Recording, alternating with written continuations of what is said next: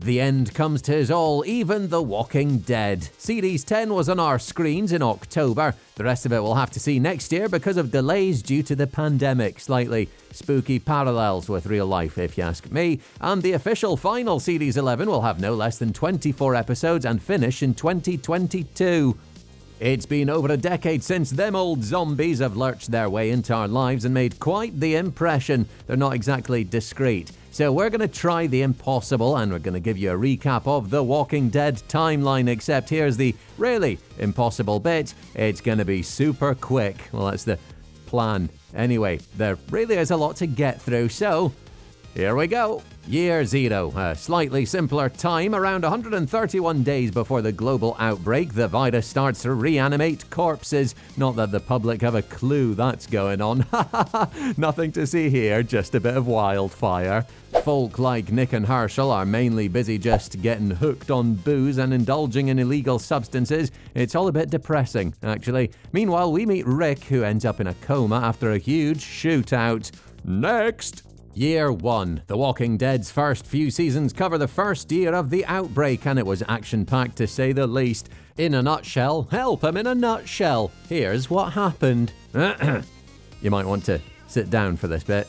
Our heroes went from the first camp to the CDC to the farm to the prison to the governor's town, and then just when you thought that was enough upheaval, back to the prison they go.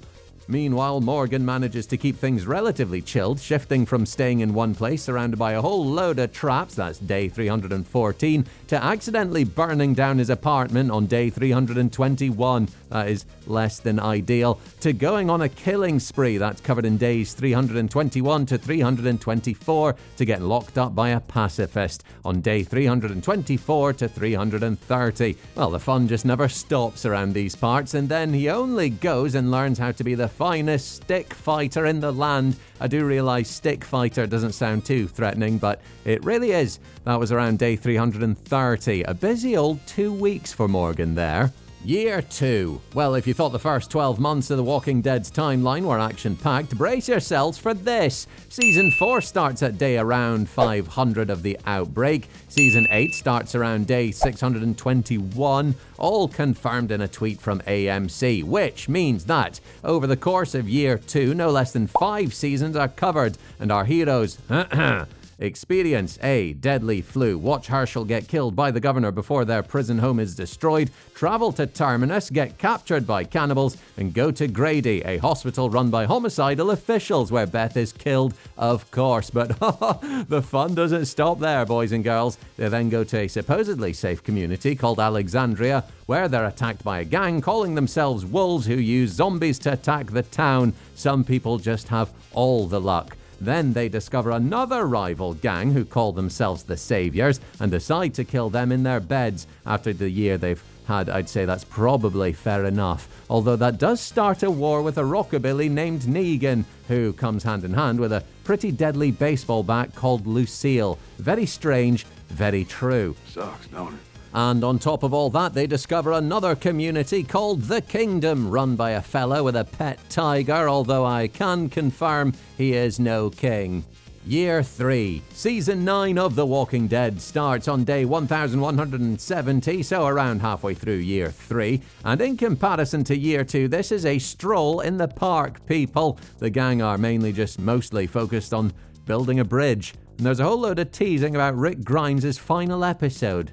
On to Year 7. We kind of get a look at Year 7 in Season 8 with the old man Rick's visions that top and tail the season's opening and Carl's death. Yes, we think the visions belong to Rick, but it's actually the hallucinations of a dying Carl. It's all imaginary, so we're not sure it counts really. So, on to the next. We're picking up speed now. Here is Year 8.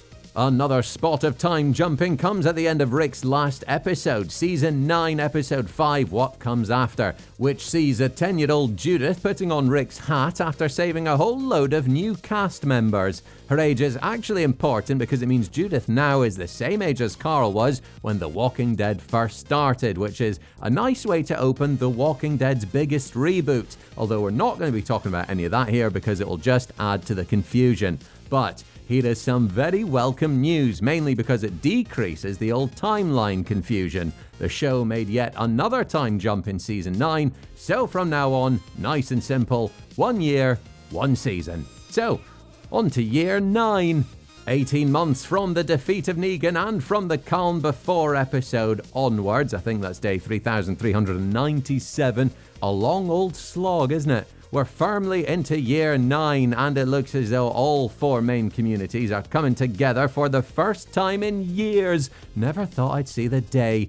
Hot diggity dog! Year 9 saw the introduction of the Whisperers, so you know what that means. Particularly creepy goings-on, not exactly helped by those human skin masks they insist on wearing.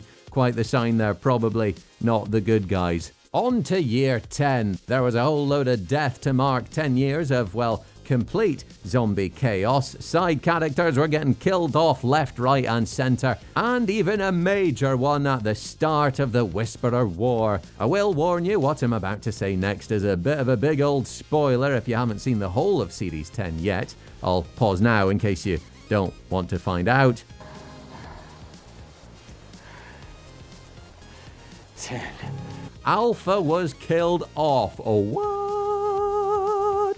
Trixie Negan getting involved in that, of course. What is he like? And then Beta only goes and skins Alpha's face and attaches it to his mask before sauntering off with a horde of walkers. I don't know about you, but I was affronted. Natural selection.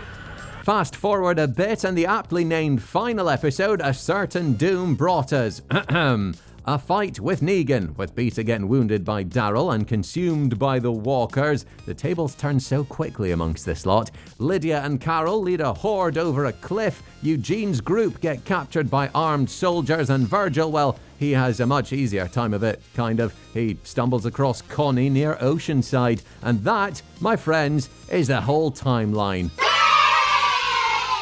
I don't know about you, but I need to lie down in a dark room. So remember, Season 10 still has a bit more to give, and you can see that on your screens next year. And then Season 11 will kick off with the first half in 2021 and the second half in 2022. Supposedly, we'll just lightly pencil that one in for now. Let us know what you think might happen in Season 11 or what you've loved from the past decade of zombie chaos. And don't forget to like and subscribe for more from Digital Spy.